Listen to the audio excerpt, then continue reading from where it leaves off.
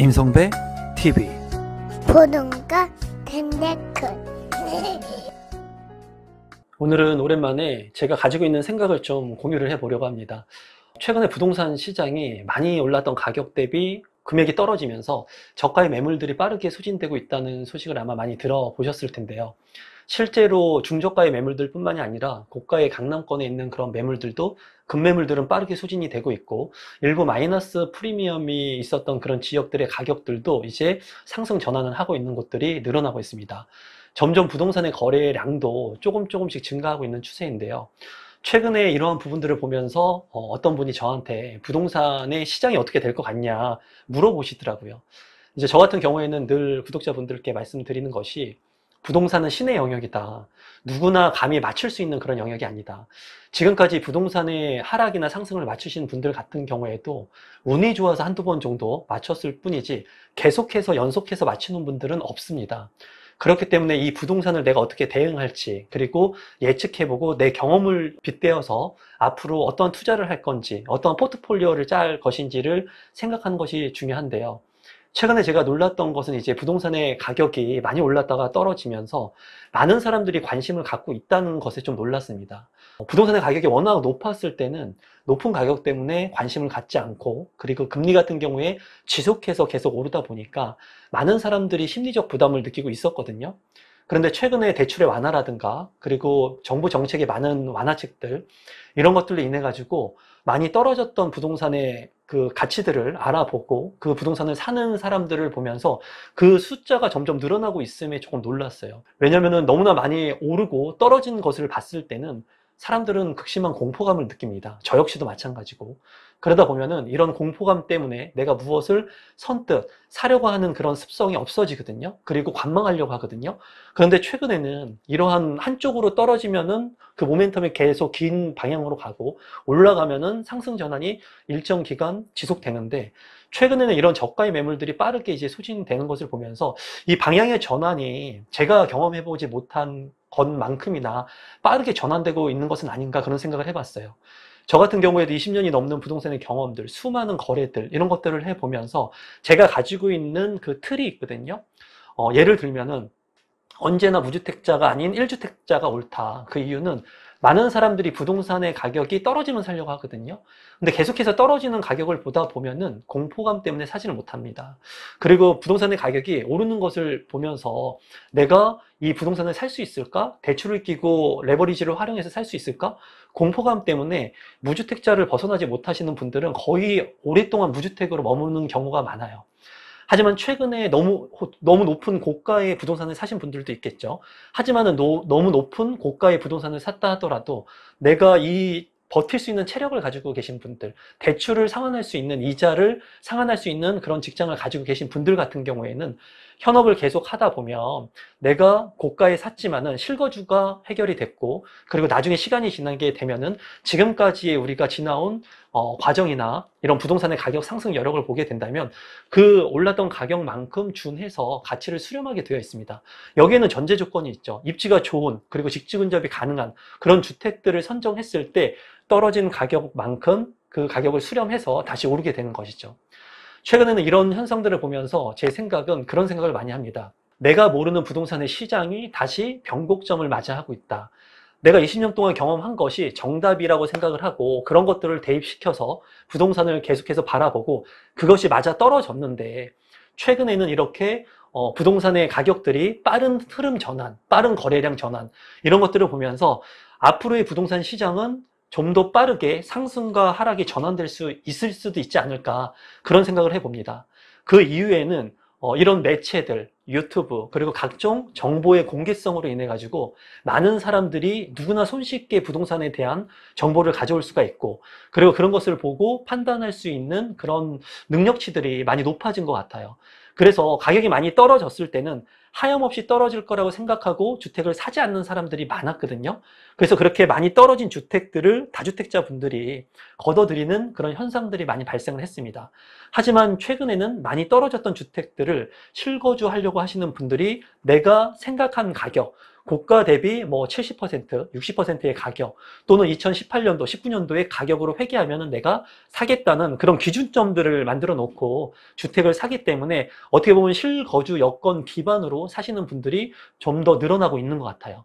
또한 1가구 1주택일 때 이제 갈아타기 전략을 통해서 비과세 전략을 활용하시려고 하는 분들도 있는 것 같습니다.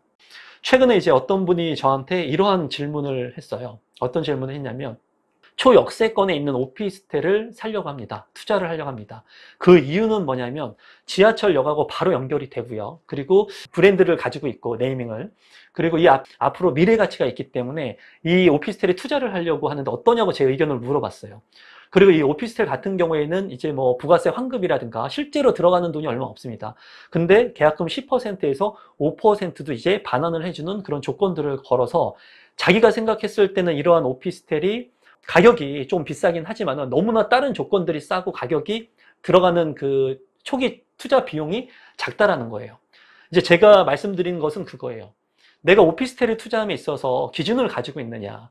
앞서서 말씀드린 주택에 있어서 가격 대비 70% 떨어졌다는 자기만의 기준, 2018년도나 19년도만큼 떨어졌다면 사도 되겠다는 실거주 여건의 그런 기준, 어떤 뚜렷한 명확한 그런 기준을 갖고 내가 접근한다면 그 기준점에 맞춰서 목표점이 생기기 때문에 그에 맞는 주택들을 살 수 있는 그런 확실한 용기와 믿음 그리고 실행력을 행동할 수 있거든요.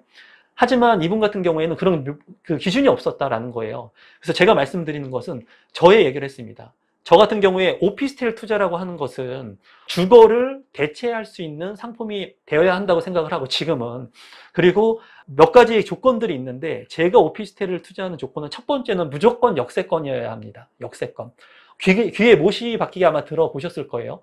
그리고 두 번째는 브랜드를 가지고 있어야 됩니다. 여러분들이 다 누구나 얘기하면 알만한 브랜드. 그리고 500세대 이상이 돼야 됩니다. 이런 오피스텔들이 흔치 않아요. 500세대 이상이 되어야 돼요. 그리고 이 오피스텔 같은 경우에는 주거를 대체할 수 있는 상품이 되어야 합니다. 왜냐하면 오피스텔, 지식산업센터, 생활 숙박형 시설 이런 것들에 투자자들이 많이 몰려갔거든요. 그런데 지금 현재는 어떻습니까? 부동산의 가격이 많이 조정을 받다 보니까 손실을 보고 손절을 하려고 해도 팔리지 않는 것들이 많아요.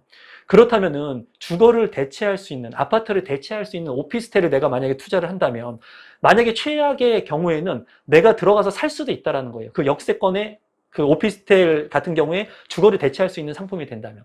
그리고 다른 사람들도 이러한 주거 대체 상품 같은 경우에는 아파트가 워낙 비싸게 되면 주변에 이런 오피스텔 같은 것들의 전세나 월세로 충분히 들어올 수 있다는 거죠. 근데 그분이 선택한 오피스텔 같은 경우에는 200세대가 채 안 됐고요. 그리고 실제로 방이 1.5룸 정도밖에 안 됐습니다. 가격은 1.5룸 정도 되는 게 9억 정도 했던 걸로 기억을 합니다. 그 주변에 25평의 아파트를 10억 정도면 살 수가 있었어요. 약간 10년 정도 된 아파트이긴 하지만. 그렇다면은 선택을 했을 때 역세권, 초역세권이라고 하더라도 1.5룸에 9억짜리를 선택하는 것보다는 25평에 좀 오래됐다고 하더라도 대단지의 아파트를 선택하는 게 주거 측면에서 많은 사람들이 선택할 수 있다는 거예요. 그런데 대부분의 사람들은 이런 초역세권의 오피스텔 그리고 내가 지금 초기 자본이 얼마 들어가지 않으면 된다는 이러한 부분들 때문에 이런 오피스텔을 선택하고 나중에 엑시트, 즉 팔고 나오지 못한다는 거죠. 최근에 아니라 뭐 한 몇 달 전, 한 6개월 전에 제가 그런 영상을 올린 적이 있습니다. 갭 투자에 대한 영상. 1,000만 원 갭 투자 하지 말아라. 리스크 크다. 2천만 원 갭 투자 리스크 크다. 3천만 원 갭 투자 리스크 크다. 왜 크냐? 누구나 다 할 수 있기 때문에 나중에 빠져나오기 쉽지 않을 수 있다는 거예요. 똑같이 다 생각하기 때문에. 그러니까 돈을 좀 더 모아서 내가 돈을 조금 들이고 수익을 많이 늘리려고 하거든요. 최소의 투자를 하고 최소 금액을 투자를 하고 최대 이익을 얻으려고 하는데 이거는 도둑놈 심보 아닙니까, 여러분? 내가 100원 넣고 1억을 가지려고 하는 건 도둑놈 심보예요. 제가 봤을 때는 일정 금액을 투자하고 그 이상의 적정 수익률을 남기는 것도 어려운데 어떻게 최소 금액을 넣고 최대 효과를 누리려고 합니까?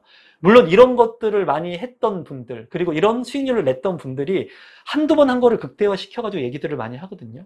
그렇기 때문에 지금 현 상황에서 혹시라도 이런 투자들 내가 돈이 들어가는 게 소액이기 때문에 투자를 좀 하려고 하시는 분들 같은 경우에는 한 번쯤 더 생각해 보는 계기가 됐으면 좋겠고 그리고 앞서 설명한 대로 지금의 부동산 시장은 정말 누구도 예측할 수 없는 그런 시장 같습니다.